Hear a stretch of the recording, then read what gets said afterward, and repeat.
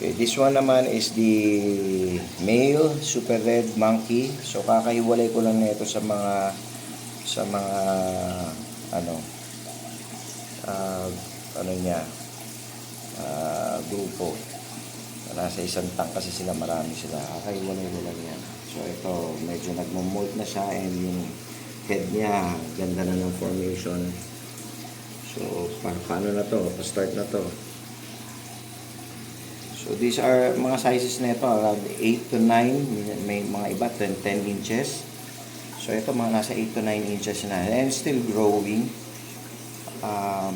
Ang maganda dito, talagang tuloy-tuloy pa ang growth nila. So possibly abot to ng mga 12 inches. Gandang specimen nito.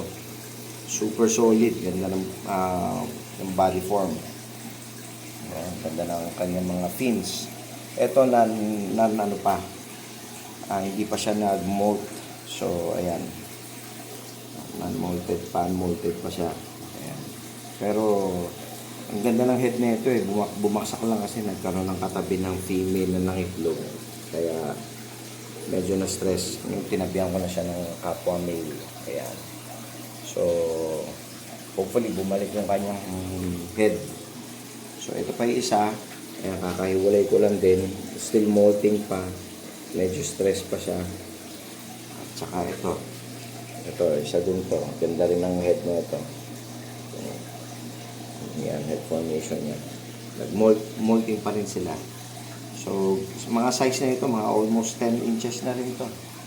So ito mga ano na to, size na to, maabot to ng more than 1 foot. So ayan, unti-unti yan, mag-form na yung head niya. Kaya these are the available SRM males natin. Ayan. So